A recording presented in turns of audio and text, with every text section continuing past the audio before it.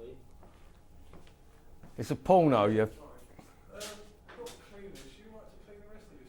I don't want anyone. I'd rather not bother him. He doesn't have to. It's fine. Yeah. Is that okay? Yeah. Thank you very much. Tosser. Paddy's on film. We'll edit that one up with Paddy, tosser.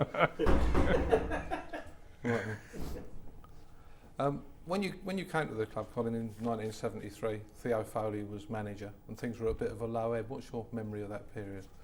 I can always remember walking in the ground, and I mean, it was a massive ground. I mean, I've never been to the Valley before, and it was January time, pouring a rain, and they played on the Saturday, and I come on the Monday, and the ground was paper sort of blowing everywhere. But I don't know, I just felt right when I actually met Theo, and you know, the sort of plans he had for the club. I thought, yeah, I'll sign. I didn't really have to think too hard, actually. I mean, you know, the money wasn't a factor really. Mm-hmm.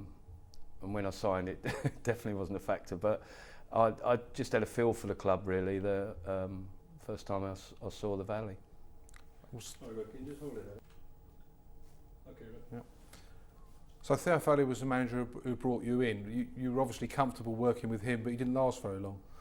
No, I mean, I think that's probably one of the biggest regrets because, you know, although Andy Nelson done really well when he took over, first of all, it was really Theo's team. I mean, you know, to get Derek Howes, Mike Flanagan for nothing, I mean, I think people actually forget the role Theo played. And, you know, with, I think, just one signing, David Young, I think, the next year we went up under Andy. So, no, I was disappointed when Theo got the sack. And you found Andy Nelson a different sort of manager? Yeah, completely different. Very tough and tried to manage by fear, really. I'm not saying he wasn't a good manager. I mean, tactically, I thought he was really good. You know, he could suss other sides out, and you know, we'd play to that. So no, the first year, to be honest, he done really well. He got us promotion, but he was a very different sort of manager. And you scored a great goal at Crystal Palace, I think, which he didn't appreciate fully. No, I remember going in. I mean, Sorry, guys. Just a little. We're trying to help you here, Paddy. That's all right, mate. Don't. So when one of us sits in, Yeah. and then the real person sits in, they're always different. Slightly different. Yeah. That's That's better. a sort of that shadow. Just look at Rick Forrest, Paddy. Okay. Do you want to start again? No, we're just asking the question about Crystal Palace. That's fine. Yeah, okay. You didn't score too many goals, but you scored a great goal at Crystal Palace, which perhaps Andy Nelson didn't fully appreciate. No, he hated players shooting from long distance. You know, it was one of them. It went in the top corner, and he said, you know, lucky it did go in, which I thought was a bit harsh, but that's the sort of manager he was. I mean, he didn't like, especially players from angles shooting that, you know, you had probably not very much chance of scoring. He'd have sooner it been knocked across, and probably proved right in the end. But no, I enjoyed that goal at Palace. It was just the result afterwards. And another goal that you were famously involved in, although you didn't score it, was the one that Derek Howes won goal of the season with. Yeah, I mean, when we actually scored that goal, I didn't realise that I'd run from sort of one side of the field to the other, or one end to the other, and it wasn't till I saw it on television that I thought, you know, it was a sort of decent goal. But you know, that was Derek. I mean, he just, you know, he knocked it across, and 99 times out of 100 he'd score. What was it?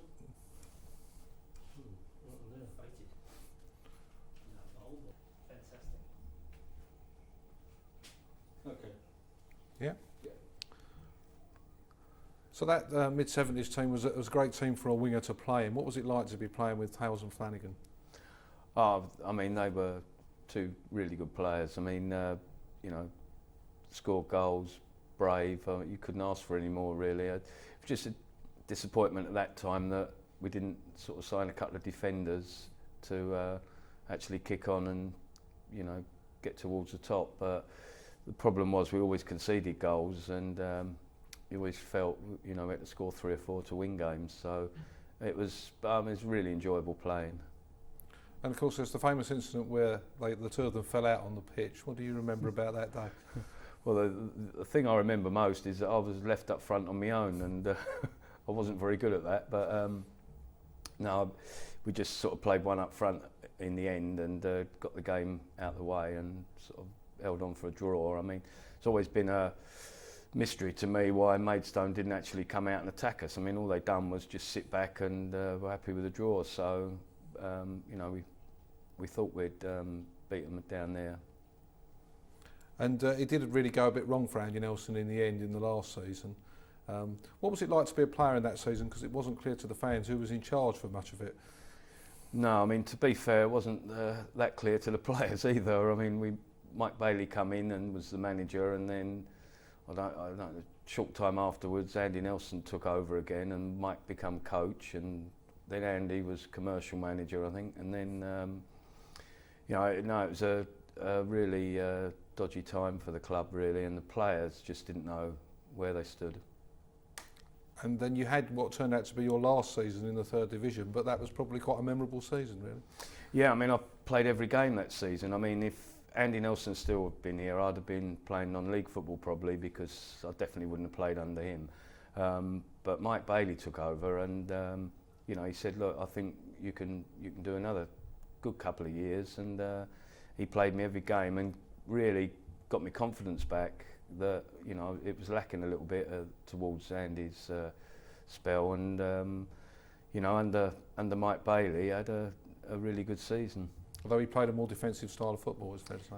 Yeah, he did. Yeah, I mean, but you know, he still sort of give me a free roll, if you like. I mean, just to sort of tuck back in, but nothing serious defending wise, because I wasn't any good at it. So. But no, we done really well. I mean, he was very, very good, and Benny Fenton as well was his assistant. And no, they brought the club back to life. I thought they, confidence-wise, they're brilliant. And you played alongside Paul Walsh that season as well. Yeah, I mean, just starting his career, but always you could tell always going to go on and do really well. I mean, different sort of player, but you know, good goal scorer, and for a little lad, brave and great skills. Were you disappointed to leave the following summer when Mallory came in? Yeah, I was absolutely gutted when I left Charlton. I left, you know, and I think if you perhaps leave during the season, it's a little bit better. But to leave during the summer, where you can't really say goodbye to anyone. But I mean, I wouldn't knock Alan Mallory. He had his own ideas, and you know, he said to me, "You've given good service to the club. I'm not going to just dump you in the reserves and treat you poorly." He said, "You're still under contract. You can stay." But he said, I'm not going to play you to start with." He said, "I'm not saying during the season you're not going to get a game, but..." And then obviously Keith had taken over at Gillingham, so you know, I made a decision to go there. And how special is it for you to be back here as groundsman in charge of that pitch which you played on? Does that give you a buzz every day? Yeah, I mean, a lot of people say I just sort of roll the wings, but I don't actually. I do the whole pitch. No, I just love the club. I mean, I've been here so long now that I don't know anything different. But I've met, you know, so many good friends here that I just love the place, and it gives me a lot of pride to get the pitch looking okay. And the stadium around the pitch is a bit different from what it was when you first came in there. Oh, it's brilliant. I mean, you know, when people sort of have a moan and everything, I just say, just have a look round of what Charlton have achieved. I mean, to not only be in the Premier, but to have a stadium like we've got now. You know, if you think sort of 15 years ago, no one would have ever dreamt that. Super. Yeah. Fantastic. Great. So, okay. Thanks. Yeah, All right. brilliant. Well done. Well,